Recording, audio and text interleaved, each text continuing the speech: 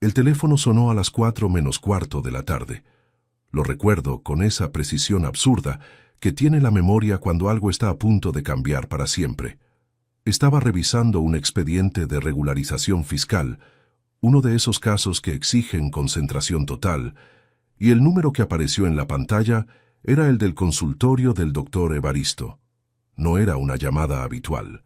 Evaristo Blanco Morales llevaba 18 años atendiendo a mi familia, y en ese tiempo nunca me había llamado directamente a mí durante el horario laboral. Siempre era Adela quien gestionaba las citas, las recetas, los seguimientos. Yo aparecía cuando había algo grave, y en 18 años no había habido nada grave. Atendí al segundo tono. Emiliano. Su voz tenía un peso que no supe identificar en ese instante. Calmada, pero cargada. Como cuando alguien ha ensayado lo que va a decir y aún así no está del todo seguro de cómo va a salir. Necesito que venga al consultorio antes de que cierre hoy. No es nada urgente en términos médicos, pero hay algo que usted tiene que ver antes que nadie más. Le pregunté si se trataba de Adela, si estaba bien. Hizo una pausa de 2 segundos que en ese momento me pareció normal. Ahora sé que fue la pausa de alguien eligiendo con cuidado cada palabra. Su esposa estuvo aquí esta mañana. Venga esta tarde y le explico. Colgó. Me quedé con el teléfono en la mano mirando el expediente abierto sobre el escritorio sin ver nada de lo que había en él. Antes de continuar, suscríbete al canal, activa la campanita, porque todos los días tenemos nuevas historias. Deja tu like y cuéntanos en los comentarios desde qué ciudad nos estás viendo. Me llamo Emiliano Correa Salgado. Tengo 52 años. Llevo 30 de ellos trabajando como inspector de tributos en la agencia tributaria aquí en Valencia. Es un trabajo que no aparece en las películas, que nadie menciona en las cenas familiares con admiración, pero que exige una cosa sobre todo: la capacidad de ver lo que no está a simple vista. Los números mienten constantemente. Los documentos mienten. Las personas mienten con mucha más elegancia de lo que ellas mismas creen. Después de 3 décadas rastreando lo que otros intentan ocultar, uno desarrolla un instinto que no necesita justificación. Simplemente sabes cuándo algo no cuadra. Esa tarde, de camino al consultorio, ese instinto no decía nada concreto. Solo zumbaba, como un aparato encendido en la habitación de al lado, sin que supieras exactamente qué era ni para qué servía. Adela y yo llevábamos casados 23 años.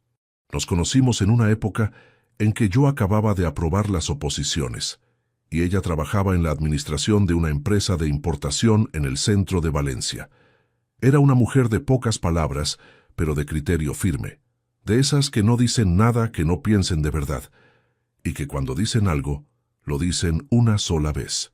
Nos casamos en el 99, en una ceremonia pequeña con familiares cercanos, y desde el principio construimos una vida de la misma manera, despacio, sin aspavientos, poniendo un ladrillo encima del otro sin prisa pero sin pausa. La casa la terminamos de pagar en 2011, después de 14 años de hipoteca que en algunos meses se sintieron como un peso físico en el pecho. Nicolás nació un año antes de la boda.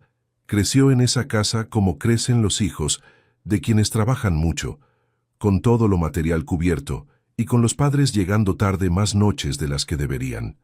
No era una vida perfecta, nunca pretendí que lo fuera, pero era una vida construida con las manos, con años, con decisiones que en su momento parecieron las correctas. El consultorio de Evaristo quedaba en la calle Colón, en un edificio de los años 70 con ascensor lento y olor a desinfectante en el rellano. Había estado ahí decenas de veces a lo largo de 2 décadas, siempre por motivos banales. Una revisión anual, una gripe que no cedía, una vez que Nicolás se cayó de la bicicleta con 11 años y necesitó puntos en la rodilla. Lugares como ese acumulan capas de memoria sin que uno se dé cuenta. Entras y ya sabes cómo suena la puerta, cómo crujen las sillas de la sala de espera, cómo huele el papel de las revistas apiladas en la mesita. Esa tarde no me senté en la sala. La recepcionista me indicó que el doctor me esperaba directamente. Llamé 2 veces a la puerta del despacho. Él abrió desde dentro, me dio la mano con firmeza. como siempre, y señaló la silla frente a su escritorio. Luego cerró la puerta con llave. Era la primera vez en 18 años que lo veía hacer eso. Me senté. Él no fue al escritorio de inmediato.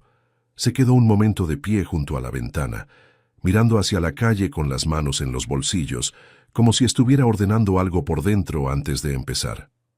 La luz de aquella tarde de octubre entraba de lado, oblicua, dibujando una franja larga sobre el suelo de parqué. Todo estaba muy quieto. «Emiliano», dijo finalmente girándose hacia mí, «lo que voy a mostrarle no es fácil de explicar, y tampoco fue fácil para mí decidir llamarle. Pero hay situaciones en las que el silencio se convierte en complicidad, y yo no estoy dispuesto a ser cómplice de nada». Le dije que me lo dijera directamente, que prefería las cosas sin rodeos. Asintió.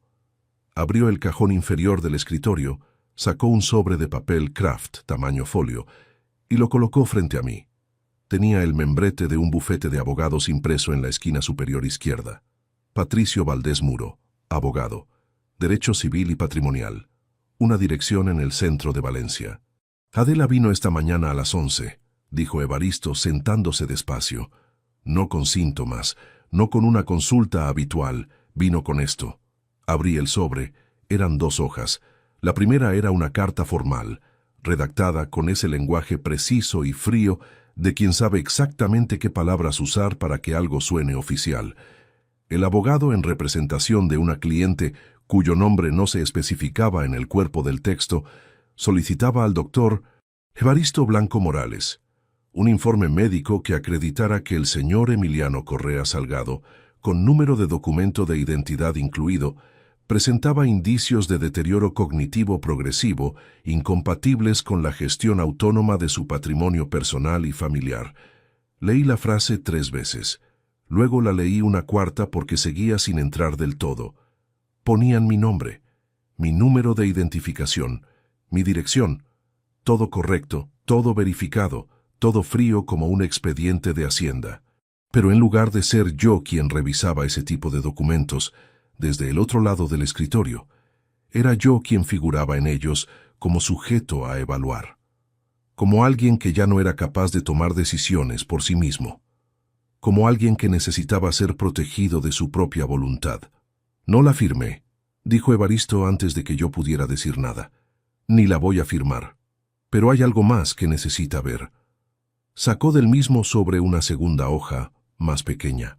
Era la impresión de un correo electrónico, con fecha, hora, dirección de emisor y receptor.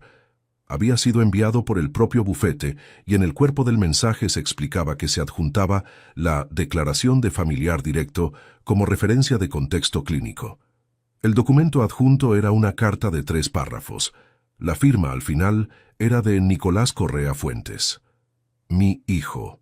Leí el primer párrafo.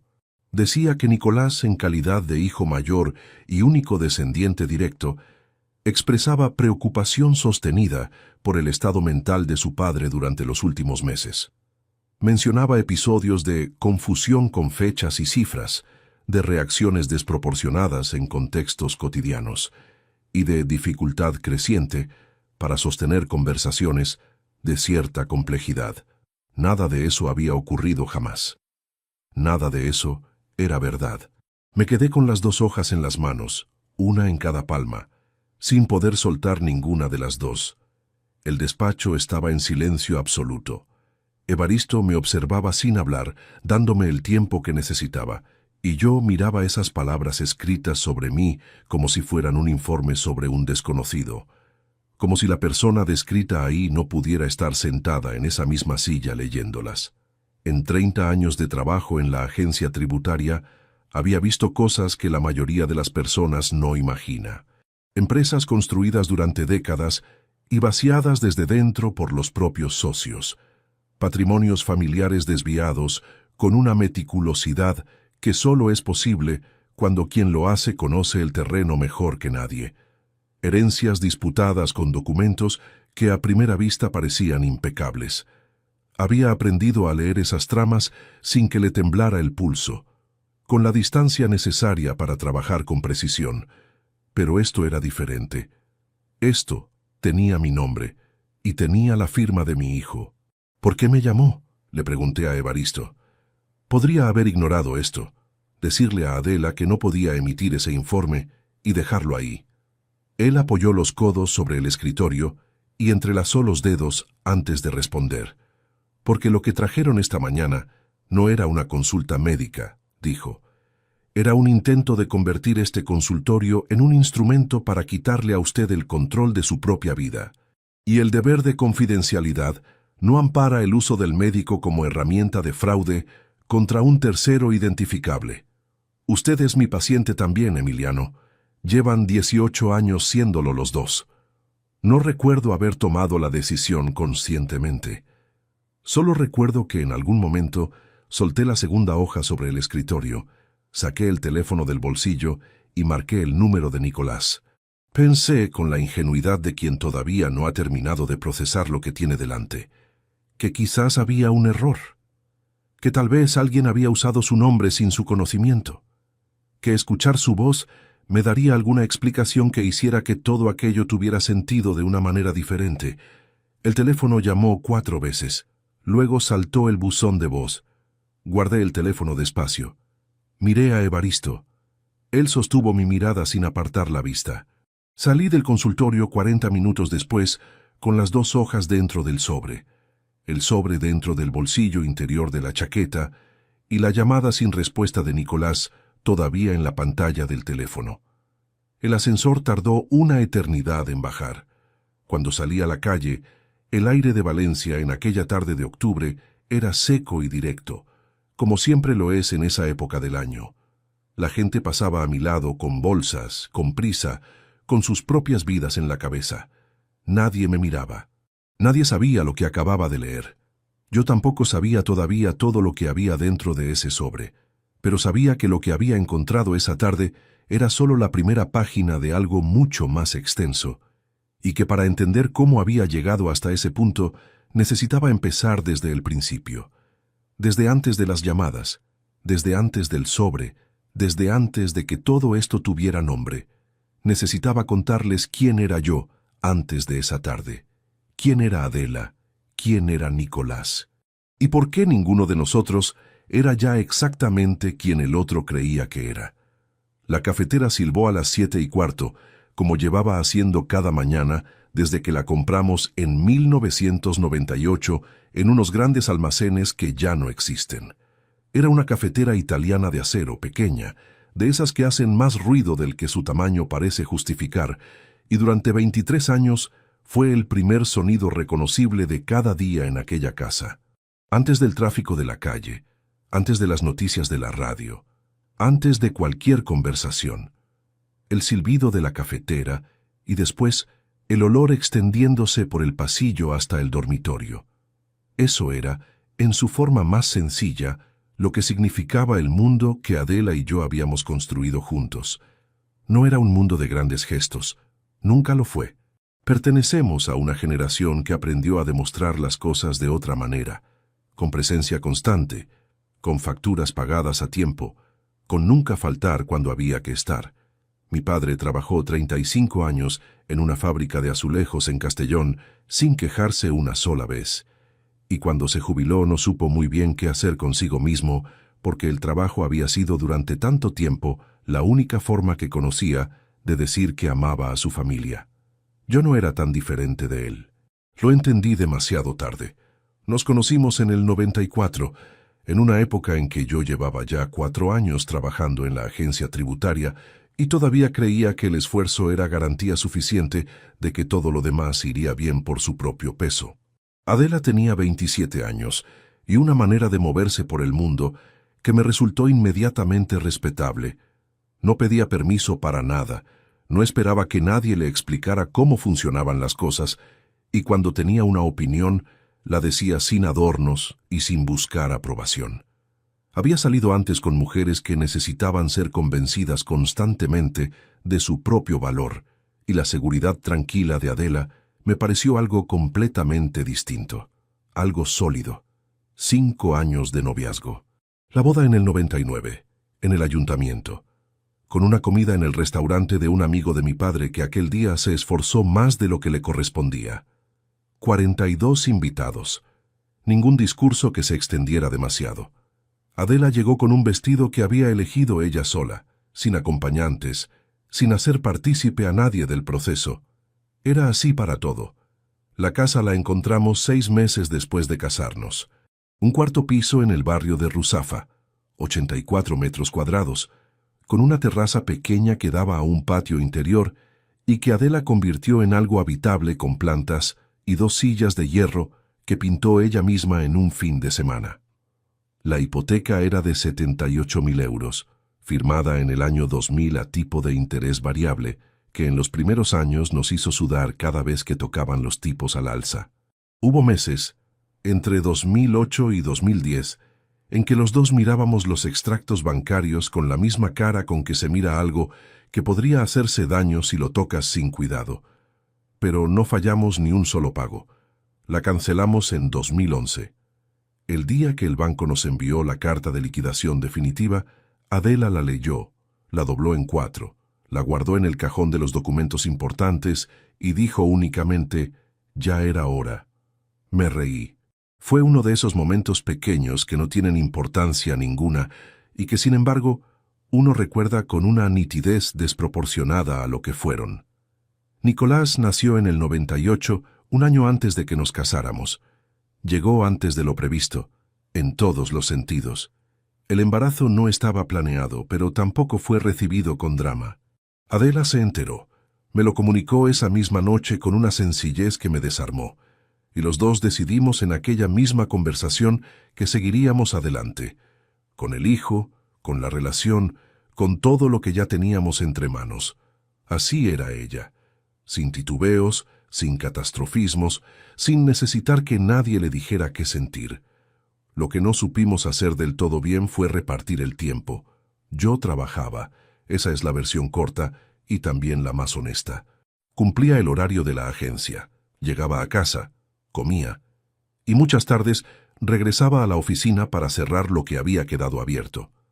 Los casos de fraude fiscal tienen esa cualidad absorbente que quien no ha trabajado en eso no entiende del todo.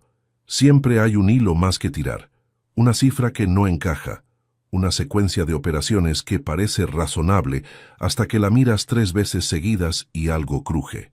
Adela llevaba a Nicolás al colegio, lo recogía, revisaba sus deberes, asistía sola a las reuniones de los tutores. Yo aparecía los fines de semana, en las cenas, en las vacaciones de agosto, que tomábamos siempre en la misma casa rural de Morella, porque a Nicolás le gustaba el campo y a Adela le gustaba no tener que improvisar nada. Era una vida funcional, ordenada. Lo que no era, lo comprendí mucho después. Era suficientemente atenta a lo que crecía por debajo de la superficie. Nicolás fue un chico callado y aplicado. Buenas notas sin que nosotros tuviéramos que sentarnos a su lado con los libros. Pocos amigos, pero de los que no desaparecen en el primer contratiempo. En la adolescencia no protagonizó los episodios que algunos de sus compañeros les generaban a sus padres, y yo interpreté ese silencio como señal de que las cosas marchaban bien. Ahora sé que el silencio de los hijos no siempre significa lo que uno necesita que signifique. Cuando terminó el bachillerato con una nota que le abría las puertas que quisiera, dijo que quería estudiar Derecho. No me sorprendió. Desde pequeño había tenido esa tendencia a analizar los límites de las normas, a explorar hasta dónde llegaban las reglas antes de que se rompieran. Matricularle en la facultad fue una decisión que tomé sin dudarlo. Matrícula, libros, transporte, y cuando en 3er año decidió que necesitaba su propio espacio y quería un apartamento, le firmé el contrato y le transferí 800 euros al mes sin que tuviera que pedirlo más de una vez. 6 años de carrera, 4 más de prácticas y contratos iniciales en los que el sueldo no alcanzaba para lo que necesitaba vivir. Yo cubrí la diferencia en silencio, de la misma manera en que había cubierto todo lo demás, sin convertirlo en un favor, sin recordárselo, sin esperar que me lo agradeciera de ninguna forma concreta. Así entendía yo la paternidad, así me lo habían enseñado a hacerlo. Adela y yo convivíamos bien. No éramos de los que se decían muchas cosas, pero tampoco de los que se peleaban. Había entre nosotros una especie de acuerdo tácito sobre cómo funcionaba la vida cotidiana. Ella gestionaba el interior de la casa con una eficiencia que yo nunca habría igualado. Yo me ocupaba de todo lo económico con la misma meticulosidad con que revisaba expedientes en la agencia. Cada uno en su terreno, cada uno respetando el espacio del otro sin invadir demasiado. Lo que no había entre nosotros, lo reconozco ahora con la claridad que solo da la distancia, era suficiente conversación real. De esas en las que uno dice lo que verdaderamente está pensando, sin filtrar, sin calcular cómo va a sonar. Con los años nos habíamos vuelto muy eficientes el uno con el otro, muy competentes. Y la competencia, cuando se aplica demasiado tiempo a una relación, acaba pareciéndose peligrosamente a la indiferencia. Hace aproximadamente 18 meses, Adela empezó a ir al médico sola. Al principio no le di mayor importancia. Evaristo era el médico de los dos desde hacía años, y no era extraño que alguno fuera sin el otro a una revisión de rutina. Pero las visitas se fueron espaciando de manera diferente. Una al mes, luego cada 3 semanas. Siempre en horario de mañana, siempre en días laborables mientras yo estaba en la oficina. Cuando le preguntaba cómo había ido, la respuesta era siempre alguna variación del mismo territorio. Bien, son cosas mías, nada importante.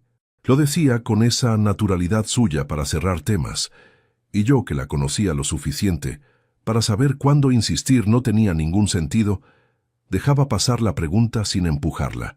Una noche del verano anterior, estábamos en la terraza después de cenar. Era una de esas noches valencianas en que el calor no cede aunque ya haya oscurecido del todo, y Adela tenía una taza de manzanilla en las manos que había dejado enfriarse sin beber. La observé un momento. Había algo en su postura, en la manera en que miraba la pared del patio sin ver realmente nada de lo que había ahí, que no era el cansancio habitual de un día largo. Era otra cosa, una concentración dirigida hacia adentro que yo no supe descifrar. Le pregunté si estaba bien. Sí, dijo sin girarse, solo estoy pensando. ¿En qué? Tardó antes de responder. En lo que pasa cuando las cosas cambian, dijo. En si uno está preparado o no lo está. Le pregunté a qué se refería concretamente. Se giró hacia mí con una sonrisa breve, de esas que no terminan de llegar a los ojos, y respondió, a nada concreto. Son cosas que se me pasan por la cabeza a veces. Cogió la taza, dio un sorbo al té frío y derivó la conversación hacia otra cosa. Yo lo dejé pasar. Lo guardé en esa categoría vaga a la que uno manda las cosas que no entiende del todo, pero que tampoco parecen urgentes. Quizás era el peso de los años, pensé. Quizás algo relacionado con las visitas médicas que se guardaba para sí misma. Le di el espacio que siempre le había dado, el mismo que, ahora lo sé, ella había estado usando para construir algo que yo todavía no era capaz de imaginar. 3 semanas después de esa conversación en la terraza, encontré el papel. Fue un martes por la noche. Adela había dejado su bolso abierto en la silla del recibidor, algo que no hacía habitualmente, y al pasar a su lado, vi que una hoja sobresalía entre el monedero y el teléfono. No lo busqué, simplemente estaba ahí. Era un trozo arrancado de bloc, doblado en 2, de los que uno usa cuando quiere anotar algo rápido antes de olvidarlo. Lo desplegué sin pensarlo demasiado, como quien recoge algo caído del suelo. Había un nombre escrito a mano con bolígrafo azul, Patricio Valdés Muro. Debajo un número de teléfono, y debajo del número, entre paréntesis, con letra más pequeña y más apresurada, incapacitaciones, tutelas, patrimonio. Me quedé mirando el papel varios segundos. Cuando Adela salió del baño y me vio con la hoja en la mano, no se alteró. Me miró con una expresión completamente tranquila y dijo, es de una compañera del trabajo. Su padre tiene principio de demencia y está buscando asesoramiento legal para ordenar sus bienes antes de que empeore. Lo dijo sin dudar, sin cambiar el tono ni un grado, con la misma naturalidad con que habría explicado cualquier otra cosa del mundo. Le devolví el papel. Le dije que entendía. Me fui a lavarme los dientes, pero mientras lo hacía, con el grifo abierto, y la mirada fija en ningún sitio concreto, me di cuenta de que algo en esa explicación no encajaba del todo. No sabía decir exactamente qué ni por dónde. Solo que Adela, en 23 años de conversaciones, nunca me había mencionado a ninguna compañera de trabajo con un padre enfermo. Y si lo hubiera tenido, si hubiera sido algo que le preocupara de verdad, me lo habría dicho antes de que yo encontrara ese papel por accidente. Cerré el grifo, apagué la luz del baño, y esa incomodidad pequeña e imprecisa que todavía no tenía nombre se quedó conmigo toda la noche, persistente y silenciosa, como la cafetera justo antes de que empiece a silbar. «Papá, ¿quedamos el jueves?» La voz de Nicolás al teléfono sonaba despreocupada, del mismo tono con que podría haberme preguntado cualquier cosa trivial. Era un miércoles por la mañana. Yo estaba en la agencia revisando un informe de auditoría interna, y su llamada llegó entre dos reuniones, sin avisar como casi todo lo que hacía Nicolás. «Podríamos comer en algún sitio del centro, si te viene bien». Le dije que sí. Me pareció una buena señal. Llevábamos semanas sin vernos más que en la cena familiar del primer domingo de mes, y los últimos tiempos, esas cenas habían tenido una textura rara, conversaciones que avanzaban en línea recta sin que nadie se desviara demasiado de los carriles habituales. Un almuerzo a solas nos vendría bien, pensé. A los dos, colgué y volví al informe. Lo que no supe entonces era que esa llamada no había sido espontánea, pero eso lo entendí mucho después. Los días que siguieron al hallazgo del papel en el bolso de Adela tuvieron esa calidad particular de las cosas que uno trata de ignorar sin conseguirlo del todo. Seguí con la rutina de siempre: la agencia, los expedientes, las reuniones semanales de departamento, las noches en casa con la cena lista cuando llegaba, la televisión encendida en el salón mientras Adela leía en el dormitorio. Todo en su sitio. Todo funcionando como había funcionado durante años. Pero había algo que se había desplazado ligeramente, como un mueble movido apenas unos centímetros de su lugar habitual. No lo ves a primera vista, pero tropiezas con él en la oscuridad. Empecé a prestar atención de una manera diferente, no buscando nada concreto todavía, solo mirando con más cuidado lo que siempre había estado delante de mí. Y lo que vi fue esto. En las 4 semanas que siguieron a aquella noche del papel, Nicolás pasó por la casa en 3 ocasiones distintas. Las 3 veces fue durante el horario laboral, en días de semana cuando yo estaba en la oficina. Me enteré de la primera visita porque encontré en el fregadero 2 tazas usadas que no eran de la mañana. Adela tomaba el café en vaso, desde siempre, y las 2 tazas eran de las pequeñas que usábamos para las visitas. Cuando le mencioné que había visto las tazas, respondió que Nicolás había pasado un momento porque andaba por el barrio haciendo un trámite. Razonable, perfectamente razonable. La segunda visita la supe por casualidad, porque ese día salí de la agencia antes de lo previsto. Una reunión con un inspeccionado que había solicitado aplazamiento quedó cancelada con 40 minutos de antelación y decidí acercarme a casa a buscar unos documentos que necesitaba para la tarde. Cuando giré la llave de la puerta, escuché voces en el salón. 2, claramente, la de Adela y la de Nicolás. Hablaban en voz baja, con esa cadencia comprimida de quien no quiere que el sonido viaje demasiado lejos. Al escuchar la puerta, el silencio fue inmediato. Entré al recibidor. Dejé las llaves en el cuenco de siempre. Caminé hacia el salón. Nicolás estaba en el sofá con el teléfono en la mano, desbloqueado pero con la pantalla hacia abajo, apoyado sobre la rodilla. Adela estaba de pie junto a la ventana, con los brazos cruzados, en esa postura que adoptaba cuando estaba calculando algo por dentro. Los dos me miraron con la clase de normalidad que se impone de golpe, ese segundo de reajuste que ocurre cuando alguien llega antes de lo esperado. «No sabía que venías a esta hora», dijo Adela. Le expliqué lo de la reunión cancelada. Saludé a Nicolás, que se levantó para darme un abrazo breve, de esos que ocupan el espacio justo y no un centímetro más. Le pregunté qué le traía por allí entre semana. «Nada concreto», dijo. «Tenía la mañana libre y me apetecía ver a mamá». «¿Hay algún problema?». Lo dijo con una sonrisa, ligera, sin tensión aparente. «Ninguno», respondí. Fui al despacho, Busqué los documentos, metí la carpeta en el maletín. Tardé quizás 7 minutos. Cuando volví al pasillo, Nicolás ya se estaba poniendo la chaqueta en el recibidor. Me dijo que tenía que marcharse, que teníamos pendiente ese almuerzo del jueves. Le dije que sí, claro. Adela le acompañó hasta la puerta. Los escuché despedirse con 2 frases cortas que no pude descifrar desde donde estaba. Salí de casa detrás de él con 2 minutos de diferencia. En el ascensor, solo, me pregunté qué era lo que habían estado hablando con esa voz comprimida que se cortó en seco al escuchar la cerradura. Y me pregunté también por qué Nicolás había girado el teléfono boca abajo en el momento exacto en que yo entré al salón. Guardé la pregunta. No tenía respuesta todavía. El jueves llegó con un cielo encapotado y un viento del norte que en Valencia, en esa época del año, tiene algo de aviso. Quedamos en un restaurante de la calle Cirilo Amorós, uno de esos sitios que han sobrevivido décadas sin cambiar la carta ni la decoración y que por eso mismo tienen una clientela que vuelve sin que nadie la convoque. Llegué puntual. Nicolás llegó 5 minutos después, con el mismo abrigo gris que llevaba desde hacía 2 inviernos, y se sentó frente a mí con esa facilidad para ocupar el espacio que siempre me había parecido uno de sus rasgos más definidos. Nunca había sido un chico incómodo en ningún sitio. Pedimos. Hablamos de cosas generales al principio. Cómo iba el trabajo en el bufete, un caso complicado del que no podía dar detalles por confidencialidad, un compañero suyo que se había marchado a Madrid buscando mejores condiciones.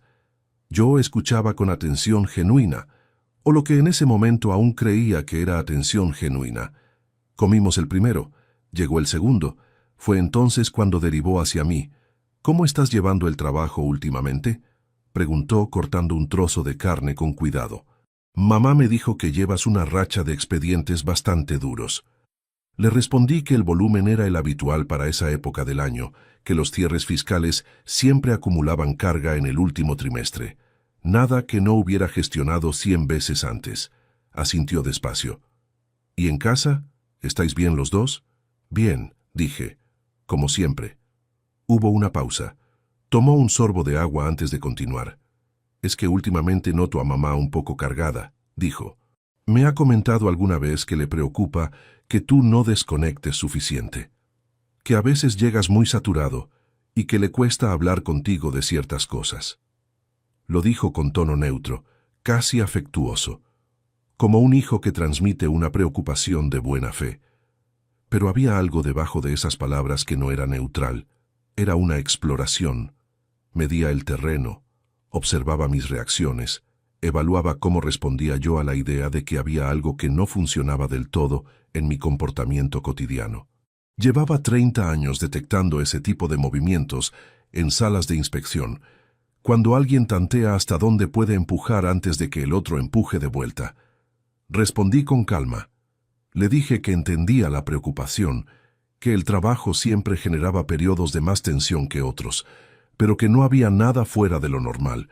Le pregunté si había algo concreto que le hubiera preocupado a él personalmente. Dijo que no, que solo quería asegurarse de que estaba bien. Terminamos el almuerzo, sin que ninguno de los dos dijera nada más sobre el tema. Pagué la cuenta. Nos despedimos en la acera. Nicolás se alejó hacia el aparcamiento subterráneo y yo me quedé un momento en la calle con las manos en los bolsillos, dejando que el viento del norte me diera en la cara. Entonces ocurrió lo que por poco lo cambia todo.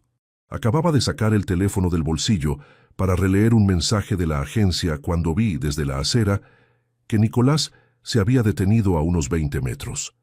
Estaba de espaldas a mí, con el móvil pegado al oído, y aunque el ruido del tráfico impedía escuchar nada, vi con claridad cómo señalaba en mi dirección con un gesto rápido de la mano. Un gesto de quien indica a alguien dónde está algo, o alguien. Me moví hacia la entrada de una zapatería que tenía justo a mi lado. Me coloqué en el hueco del escaparate, fuera del ángulo directo de visión. Si Nicolás se giraba en ese momento, no me vería en el mismo lugar donde me había dejado, y eso podría levantar una pregunta que yo no estaba en condiciones de responder todavía. Durante los 30 segundos que duró la llamada no me moví. Cuando Nicolás guardó el teléfono y continuó hacia el aparcamiento sin girarse, solté el aire despacio. No supe a quién había llamado, no supe qué había dicho. Solo supe que lo había hecho inmediatamente después de despedirse de mí, señalando en la dirección donde yo había estado de pie. Esa noche, en casa, Adela estaba más tranquila de lo habitual. Preguntó cómo había ido el almuerzo con Nicolás. Le dije que bien, que habíamos hablado de su trabajo, de cosas generales. Ella asintió con una expresión satisfecha que en ese momento no supe interpretar. 2 días después, sucedió algo que sí pude interpretar. Era sábado por la mañana, y yo había bajado al buzón a buscar la correspondencia. Entre las cartas habituales, facturas, un catálogo de una ferretería que nadie había pedido, había un sobre sin remite dirigido a Adela con letra a mano. Lo dejé sobre la mesa de la cocina sin abrirlo, como hacía siempre con lo que venía a su nombre. Cuando Adela bajó y lo vio, lo cogió con una rapidez que no cuadraba con la flojera habitual de un sábado. Lo llevó directamente al dormitorio. Escuché el cajón de su mesilla de noche abrirse y cerrarse.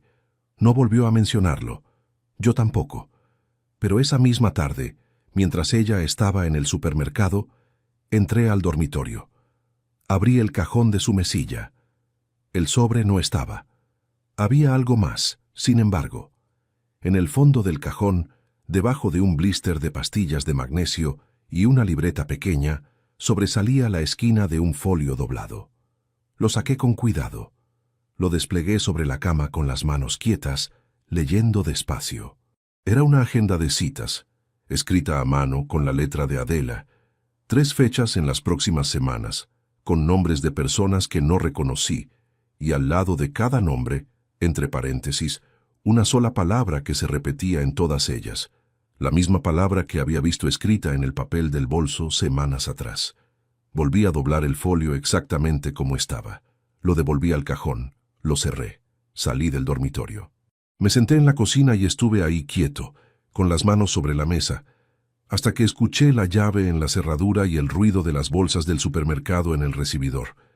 Tenía 3 nombres, 3 fechas, y ninguna manera todavía de saber qué estaba ocurriendo exactamente en cada una de ellas. Pero sí sabía, con la certeza con que un inspector sabe cuándo un expediente tiene más capas de las que muestra, que lo que tenía delante no era una preocupación doméstica sin importancia. Era el principio de algo que alguien llevaba mucho tiempo preparando, y yo acababa de darme cuenta demasiado tarde de que ese alguien no estaba trabajando solo. Escribí el primer nombre en el buscador a las 9:45 de la noche. El despacho de la agencia llevaba casi 2 horas vacío, y la única fuente de luz que quedaba encendida era la de mi pantalla, proyectando un rectángulo frío sobre el escritorio de madera oscura que ocupé desde que me asignaron esta plaza. Había esperado a que mis compañeros se marcharan antes de hacer esto. No tenía razones racionales para tanta precaución todavía. Solo sabía que lo que estaba a punto de buscar no era el tipo de información que uno conviene rastrear con gente alrededor. El primer nombre era Gerardo Salinas Pont. Lo había copiado de memoria desde la agenda de Adela, junto con los otros 2, en un trozo de papel que doblé y guardé en el compartimento interior de la chaqueta antes de salir del dormitorio 2 días atrás. La búsqueda tardó menos de 40 segundos en devolver resultados. Gerardo Salinas Pont, notario. Colegio de Notarios de la Comunitat Valenciana. Despacho en la calle Jorge Juan, número 17. Especialidad declarada en su perfil del colegio profesional. Transmisiones patrimoniales, modificaciones de titularidad y actos de disposición sobre bienes inmuebles. Me quedé mirando esas palabras sin moverme. Transmisiones patrimoniales, modificaciones de titularidad. Abrí una segunda pestaña y escribí el segundo nombre. Consuelo Artal Viñas. Esta búsqueda tardó algo más porque no había una entrada directa e inmediata. Tuve que combinar el nombre con términos adicionales hasta dar con una ficha en el Directorio de Médicos Colegiados de Valencia. Consuelo Artal Viñas. Especialista en neurología clínica. Consulta privada en el Ensanche. Áreas de actuación declaradas. Trastornos cognitivos en adultos mayores, evaluación neuropsicológica y elaboración de informes periciales para procedimientos judiciales. Aparté la silla del escritorio y me puse de pie. No porque necesitara moverme, sino porque de repente el cuerpo pedía hacer algo mientras el cerebro procesaba lo que tenía delante. Una neuróloga especializada en trastornos cognitivos, que redacta informes periciales para procedimientos judiciales. Volví a la silla. Busqué el tercer nombre. Remedios Castel Fournier. Tardé menos de 10 segundos esta vez porque el nombre apareció directamente vinculado a un despacho de abogados en los primeros resultados. El mismo bufete que ya conocía. Patricio Valdés Muro, abogado. Derecho civil y patrimonial. Remedios. Castel Fournier figuraba como abogada asociada, con mención expresa a su campo, tutelas, curatelas e incapacitaciones legales. Ahí fue cuando me detuve por completo. 3 nombres en una agenda manuscrita de mi esposa, guardada debajo de un blister de pastillas en el cajón de su mesilla de noche. Un notario especializado en transferencias de propiedad e inmuebles.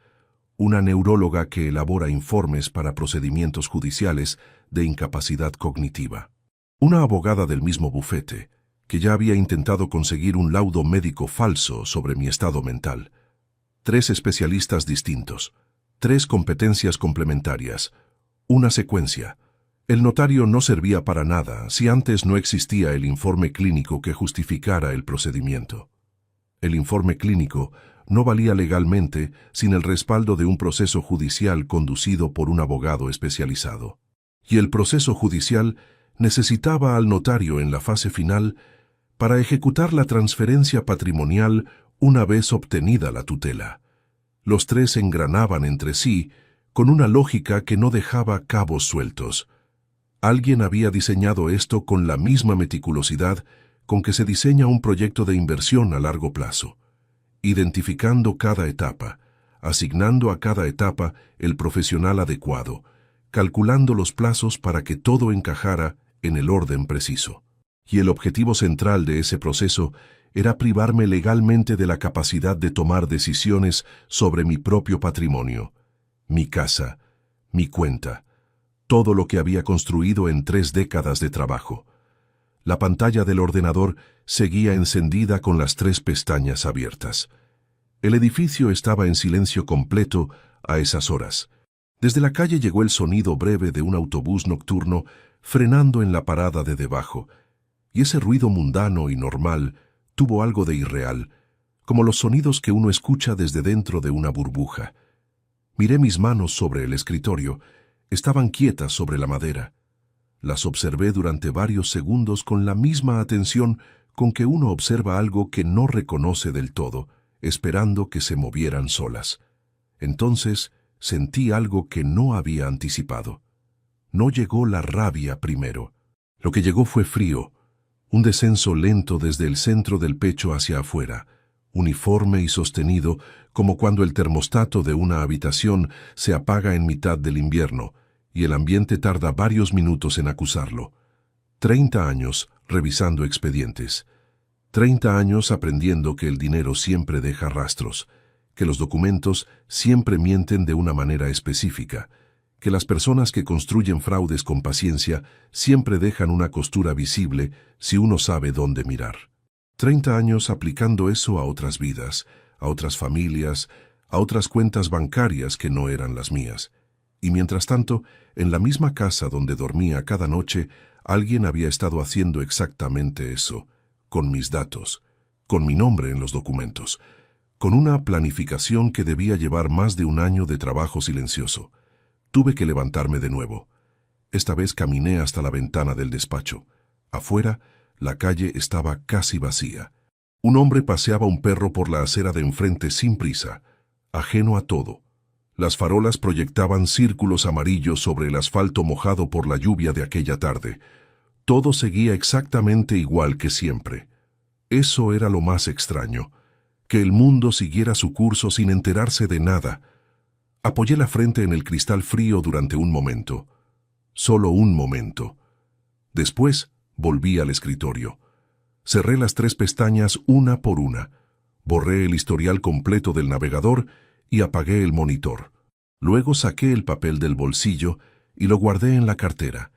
en el mismo compartimento donde metía los recibos que necesitaba conservar sin que parecieran importantes a primera vista. Cogí el maletín, apagué la luz del despacho. Bajé por las escaleras porque el ascensor hacía demasiado ruido en esa quietud y no me apetecía anunciarlo. En el coche, antes de arrancar, abrí la aplicación del banco en el móvil. Lo hacía con regularidad, como parte de la misma disciplina con que revisaba cualquier otro estado financiero, y habitualmente lo que encontraba era exactamente lo que esperaba. Los gastos del hogar, las transferencias periódicas, los suministros domiciliados. Un presupuesto predecible y sin sorpresas. Esa noche busqué algo específico. Fui directamente a los movimientos de la cuenta conjunta, la que Adela y yo manteníamos para los gastos comunes desde los primeros años de matrimonio, y empecé a desplazarme hacia atrás en el historial.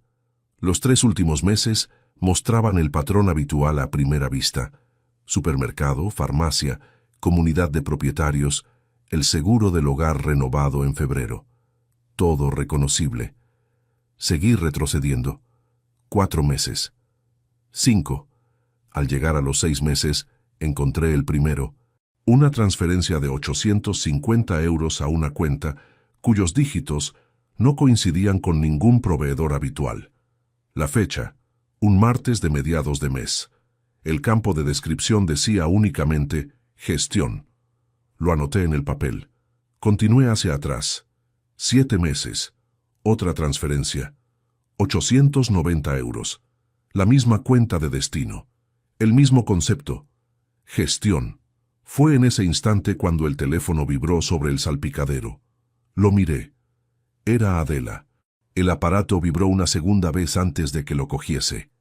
Durante esos 2 segundos hice lo que un inspector hace antes de entrar a una reunión que puede torcer mal. Respirar despacio, ordenar la voz, dejar fuera de la cara todo lo que no debe estar ahí. «¿Dónde estás?», dijo su voz al otro lado. «Tranquila, sin urgencia, exactamente como siempre. Saliendo de la agencia ahora mismo», respondí. Tenía un informe de cierre que se alargó más de lo previsto. «¿Pasa algo?»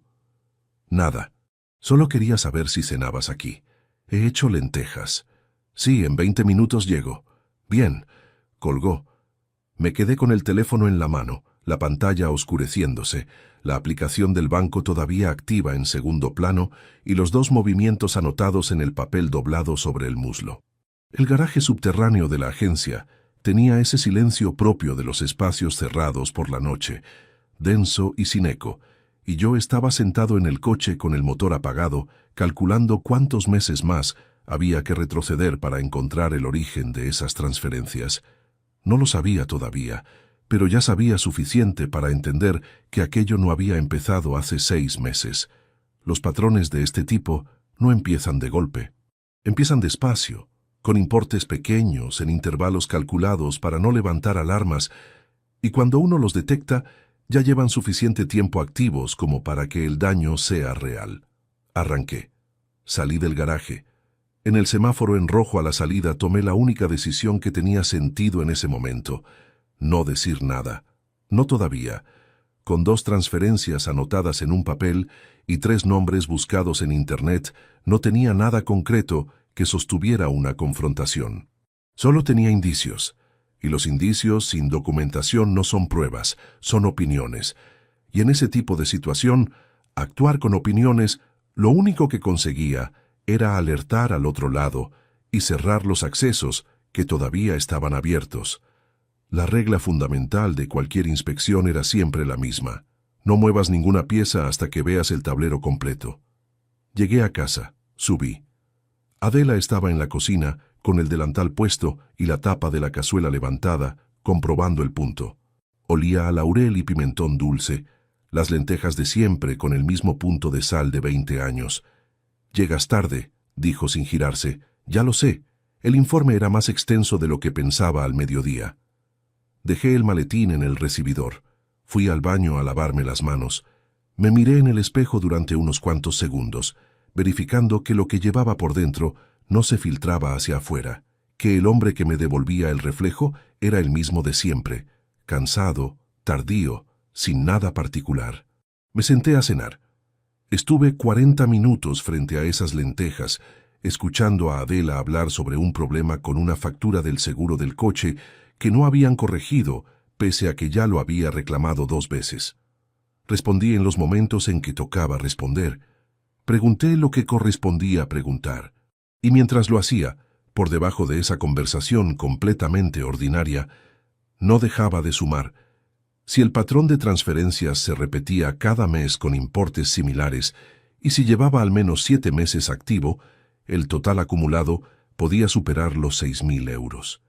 Pero eso era solo lo que yo había visto en una revisión rápida desde el móvil, retrocediendo a mano, sin herramientas. Para saber cuánto tiempo llevaba esto y a cuánto ascendía el total real, necesitaba el historial completo. Cada mes, cada línea. Con la precisión con que un inspector revisa un libro de cuentas cuando sospecha que algo no está donde debería. Y para hacer esa revisión sin dejar rastro, sin que nadie en esa casa lo notara, iba a necesitar a alguien de fuera. Alguien que supiera moverse en ese tipo de terreno sin que se le viera venir. Alguien en quien pudiera confiar sin tener que explicarle desde cero qué significaba cada número. Tenía a una persona en mente. No la había llamado en más de 2 años. Pero si había alguien que entendía cómo funcionaban estas cosas desde ambos lados, era él. 43.200 euros. Benigno Salcedo Herrán lo dijo despacio, separando las sílabas, como quien lee en voz alta el resultado de una operación que todavía cuesta creer, aunque uno mismo haya hecho los números. Luego dejó la carpeta sobre la mesa de madera sin barnizar del bar donde habíamos quedado, en un barrio de Patraix, donde ninguno de los dos tenía motivos habituales para estar, y me miró esperando alguna reacción. Le respondí con silencio, no porque no supiera qué decir, sino porque en ese instante necesitaba que el número terminara de asentarse antes de pronunciar nada. 43.200 euros. 14 meses de transferencias.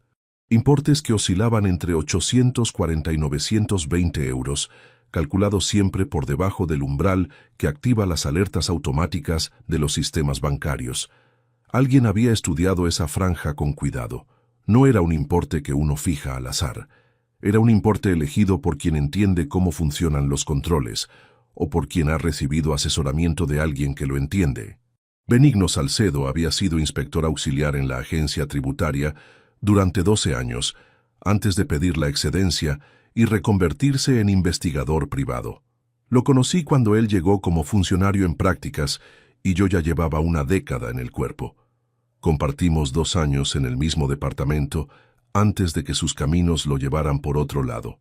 Era metódico, discreto, y tenía una capacidad para rastrear flujos de dinero que a algunos de sus superiores les había generado cierta incomodidad, porque la misma habilidad que servía para descubrir fraudes ajenos servía también para darse cuenta de cuándo los de casa miraban hacia otro lado. Cuando llamé al número que guardaba de él, contestó al primer tono y no hizo preguntas innecesarias. Solo dijo cuándo podíamos vernos. Eso había sido 10 días atrás. Ahora estábamos en ese bar con la carpeta entre los dos y un café que ninguno de los dos había tocado. La cuenta de destino está a nombre de una sociedad limitada constituida hace 16 meses, continuó Benigno, abriendo la carpeta por la primera hoja. Razón social. Gestión integral Romero S.L. Domicilio fiscal, en un despacho de servicios administrativos en Manises. Administradora única, Adela Fuentes Romero. Lo había registrado 2 meses antes de que empezaran las transferencias. 2 meses de margen para que la sociedad tuviera un historial mínimo antes de empezar a recibir fondos. No era improvisación, era planificación. ¿Quién la asesoró para constituirla?, pregunté. Benigno pasó a la segunda hoja. El mismo bufete, Valdés Muro. La abogada que aparece en los documentos de constitución es Remedios Castel Fournier. La misma abogada cuyo nombre había encontrado en la agenda de Adela. Tercera vez que ese nombre aparecía en el mismo mapa. Seguí leyendo la carpeta mientras Benigno me explicaba lo que había reunido en 10 días. Nicolás había mantenido 3 reuniones presenciales con el bufete Valdés Muro en los últimos 4 meses. La primera, 3 semanas antes de que el doctor Evaristo recibiera la carta solicitando el laudo. Las otras 2 espaciadas con 15 días de intervalo en las semanas posteriores a la visita de Adela al consultorio. Benigno había conseguido confirmación de esas reuniones a través de un contacto en el edificio, nada invasivo, solo información de accesos documentada por terceros que no sabían para qué se les preguntaba. Adela, por su parte, había visitado al notario Gerardo Salinas Pont en 2 ocasiones. La primera 5 semanas atrás. La segunda, apenas 10 días antes de que yo llamara a Benigno. En esa segunda visita estuvo dentro del despacho 45 minutos. Tiempo suficiente para revisar un borrador documental completo. «Y hay algo más», dijo Benigno sin cambiar el tono. «La neuróloga, Consuelo Artal Viñas, el segundo nombre de la agenda. ¿Qué hay de ella?» «Tiene una cita programada con Adela para dentro de 7 días». Benigno cerró la carpeta. «No como paciente. Adela figura en la solicitud como familiar del evaluado. El evaluado eres tú. 7 días». Había pedido ya un informe a una neuróloga especializada en trastornos cognitivos para uso en procedimientos judiciales. Si ese informe se elaboraba, pasaba a ser un documento clínico oficial. Con el informe del médico, los registros del bufete y el notario esperando para ejecutar la transferencia de titularidad, el proceso de incapacitación tendría suficiente respaldo para iniciarse formalmente. Tenían una ventana de 7 días. Yo también. Me apoyé en el respaldo de la silla y miré a Benigno durante un momento. Él me sostuvo la mirada con la misma calma de siempre, de quien presenta hechos y deja que el otro haga con ellos lo que necesite. «Necesito el historial bancario completo de la sociedad», dije. «Entradas y salidas. Quiero saber si hay otros movimientos además de las transferencias de la cuenta conjunta». «Ya lo estoy gestionando», respondió. «Tengo a alguien en el banco que puede darme el movimiento consolidado sin que quede registro de la solicitud. Dame 48 horas». Aquí fue donde casi todo se torció. Eran las 2 de la tarde cuando salí de ese bar en Patrick's y subí al coche. Guardé la carpeta de Benigno debajo del asiento del copiloto, en el hueco entre el asiento y el costado de la puerta, cubierta por el impermeable que llevaba enrollado en el coche desde hacía semanas. No era un escondite sofisticado. Era simplemente el único lugar que quedaba fuera de la línea de visión directa desde el exterior. Arranqué y puse rumbo al centro. Había recorrido 3 manzanas cuando sonó el teléfono por el altavoz del coche. Era Nicolás. Lo dejé sonar hasta que el sistema me preguntó si quería contestar. Dije que sí. «Papá». Su voz llegó nítida a través de los altavoces. «¿Estás libre? Te llamo porque mamá me comentó que ayer no llegaste a cenar hasta muy tarde. Quería saber si estás bien». La primera vez que escuché esa frase, el día del almuerzo en Cirilo Amorós, me pareció una pregunta de hijo. Ahora reconocía exactamente lo que era. Una toma de temperatura. Una verificación de estado. «Estoy bien», respondí con el mismo tono de siempre. «Reunión larga en la agencia. Ya sabes cómo son los cierres de trimestre». «Claro». Pausa breve. «¿Dónde estás ahora?» «Te escucho conducir». Y ahí estaba. La pregunta concreta. La ubicación. En ese momento, estaba a 4 kilómetros del bar de Patrick's, donde acababa de reunirme con un investigador privado que tenía documentación sobre el plan que su madre y él habían construido juntos durante 16 meses. Si Nicolás tenía algún sistema de confirmación de localización a través del teléfono de Adela, o si simplemente le había pedido que me llamara en ese momento para verificar dónde estaba, la respuesta que diera en los próximos 3 segundos importaba.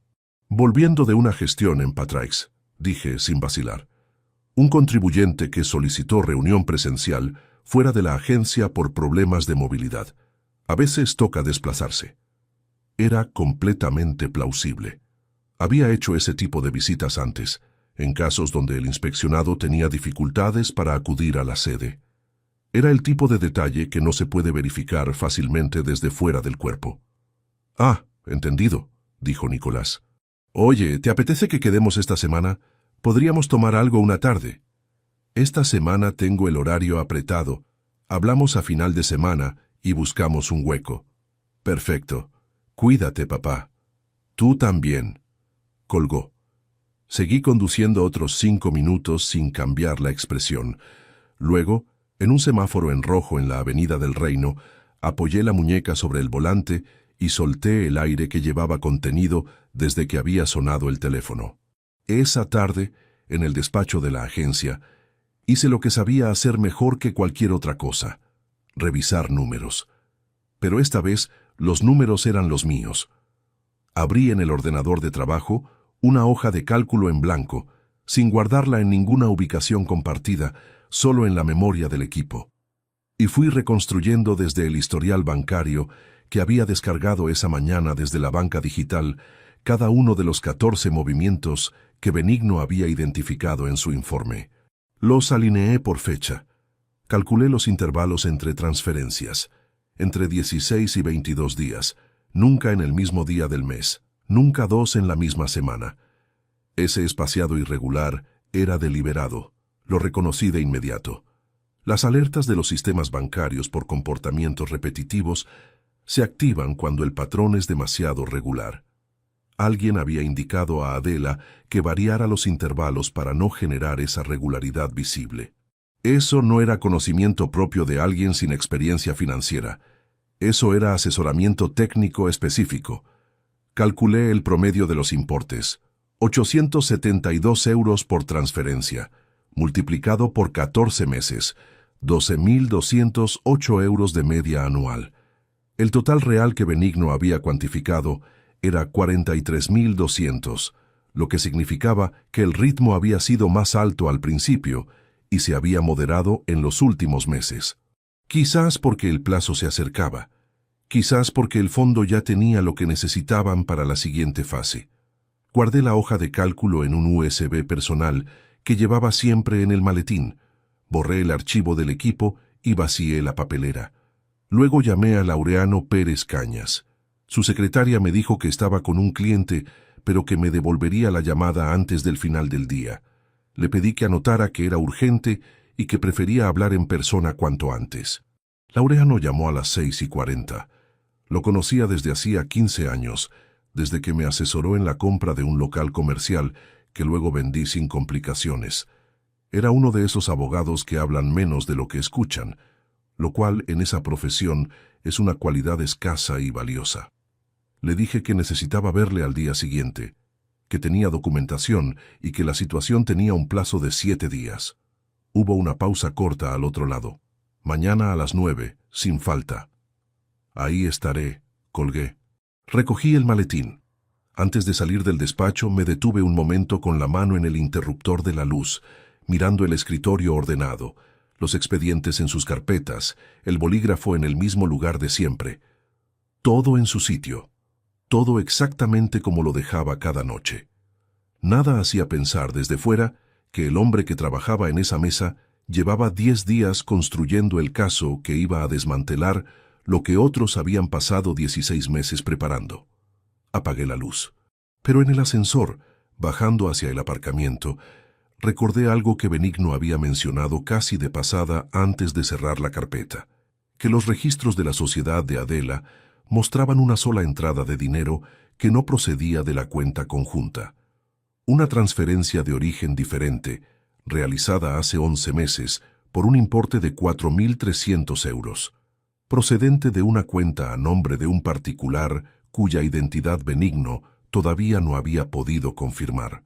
4.300 euros. Hace 11 meses, de una cuenta de particular. Si ese particular era quien yo empezaba a sospechar que era, entonces lo que tenía delante no era solo un desvío patrimonial entre cónyuges, era algo que afectaba a más de 2 personas. Y las consecuencias de lo que tuviera que hacer a continuación iban a ser más extensas de lo que ya había calculado. Benigno me lo confirmaría en 48 horas. Esas 48 horas se hicieron largas, de una manera que los relojes no saben medir. Benigno llamó a las 8:17 de la mañana, 48 horas exactas después de que nos separamos en Patrick's. Yo estaba afeitándome cuando sonó el teléfono sobre la repisa del baño. Lo cogí con la mano izquierda mientras con la derecha dejaba la maquinilla sobre el lavabo. La transferencia de 4.300 euros, dijo sin preámbulo. El titular de la cuenta de origen es Nicolás Correa Fuentes. No respondí de inmediato. ¿Estás ahí?, preguntó Benigno. Sí, estoy aquí. Hay algo más. No es solo esa transferencia. En los últimos 11 meses hay 3 movimientos adicionales desde la cuenta de Nicolás hacia la sociedad de Adela. Importes menores, 600, 800, 750. Sin concepto, solo transferencias limpias entre las 2 cuentas. Cogí la maquinilla del lavabo. La sostuve un momento sin hacer nada con ella. Total acumulado desde la cuenta de Nicolás, continuó Benigno, 6.450 euros. Sumado a lo desviado desde la cuenta conjunta, el fondo total de la sociedad asciende a 49.650 euros. Colgué 2 minutos después. Me terminé de afeitar mirando al espejo sin ver nada particular en él. Era la misma cara de siempre, las mismas arrugas alrededor de los ojos que habían aparecido después de los 40, las mismas entradas que el tiempo había ido ensanchando despacio, la misma mandíbula que mi padre me había dejado junto con la terquedad y la tendencia a no hablar cuando más convenía hacerlo. Una cara completamente ordinaria sobre la que nadie habría escrito nunca nada extraordinario. Nicolás había puesto su propio dinero en eso. No era solo que hubiera ayudado a planificarlo desde fuera, pasando información al bufete, redactando cartas con su firma, presentándose como referencia clínica del hijo preocupado por su padre. Había financiado parte de la operación. Había transferido casi 6.500 euros de su propio bolsillo a la sociedad creada para vaciar el patrimonio que yo había construido en 30 años, dinero que yo le había dado para vivir, devuelto en esa dirección. Hay cosas que uno puede procesar en frío porque las ve venir, porque la lógica de los hechos las anticipa y cuando llegan ya han perdido el efecto de sorpresa. Pero hay otras que llegan con toda su fuerza, aunque uno crea estar preparado, porque no es la información en sí lo que derrumba, sino el peso específico de lo que esa información significa cuando la aplicas a una cara concreta, a un nombre que llevas décadas pronunciando, a una persona a quien enseñaste a montar en bicicleta en el parque de Viveros un domingo de marzo cuando él tenía 7 años y todavía se reía a carcajadas de todo. Salí del baño. Me vestí. Desayuné de pie en la cocina porque Adela aún no había bajado y no tenía ganas de sentarme a la mesa a esperar que apareciera. Me bebí el café de un trago largo, dejé la taza en el fregadero y salí a la calle antes de las 9. La reunión con Laureano esa tarde fue la segunda vez que usé mi formación profesional como herramienta concreta en todo este proceso, no para rastrear números esta vez, sino para construir el argumento jurídico desde dentro. Laureano escuchó el informe de Benigno, revisó los extractos que yo había organizado en el USB, estudió las fechas de constitución de la sociedad y los registros de acceso al bufete que habíamos podido documentar. Luego me explicó, con la calma metódica que le caracterizaba, cuáles eran los pasos legales disponibles y en qué orden debían ejecutarse para que fueran sólidos e irreversibles. El primer movimiento era congelar la cuenta conjunta antes de que Adela pudiera realizar más transferencias hacia la sociedad. Para eso necesitaba notificar al banco con documentación que justificara la medida cautelar. Laureano me explicó que el historial de movimientos que yo había reunido, combinado con la documentación de la sociedad a nombre de Adela, era suficiente para que un juez autorizara la congelación preventiva en un plazo de 48 horas si la solicitud estaba bien construida. «¿Cuánto tardas en tenerlo listo?», le pregunté. «Si me das todo esta tarde, mañana al mediodía está presentado». Le di todo. Salí del despacho de Laureano con una sensación extraña que tardé en identificar mientras bajaba por las escaleras. No era alivio, tampoco era satisfacción. Era algo más parecido al agotamiento de quien ha estado aguantando un peso durante demasiado tiempo y acaba de poder apoyarlo sobre una superficie firme, aunque el peso siga estando ahí. Esa noche llamé a Nicolás. Lo hice desde el coche, aparcado a 2 manzanas de casa, porque necesitaba que esa conversación ocurriera sin que Adela pudiera escucharla desde ninguna habitación. «Nicolás», dije cuando descolgó, «quiero que vengas a cenar mañana. Solo tú y yo. Tu madre tiene una actividad por la tarde y llegará tarde. Tengo ganas de que hablemos sin prisas».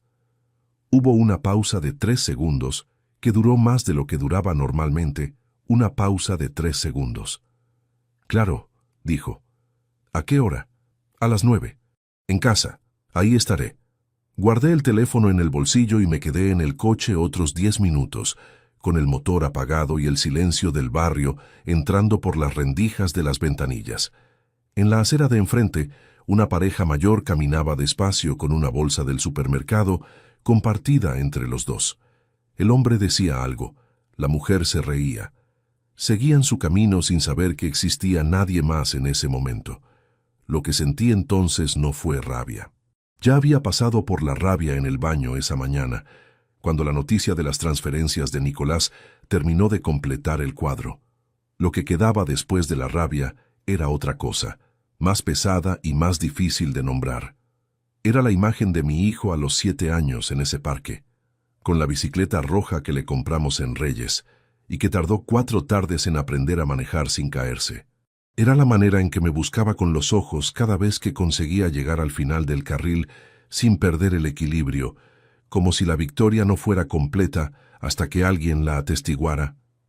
Era el día de su graduación, 5 años atrás, cuando me dio un abrazo en el pasillo de la facultad y me dijo, en voz baja para que no lo escuchara nadie más: «Gracias por no haberme fallado nunca».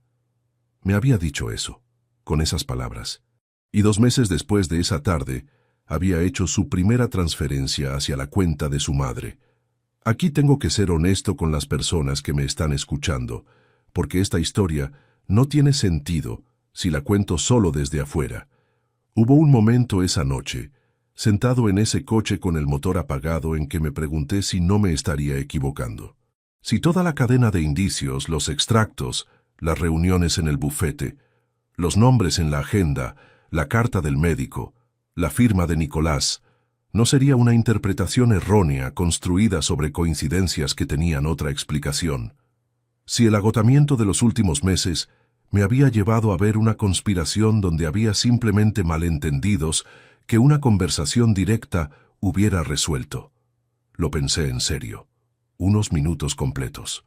Y luego recordé 43.200 euros saliendo de mi cuenta durante 14 meses hacia una sociedad registrada a nombre de mi esposa.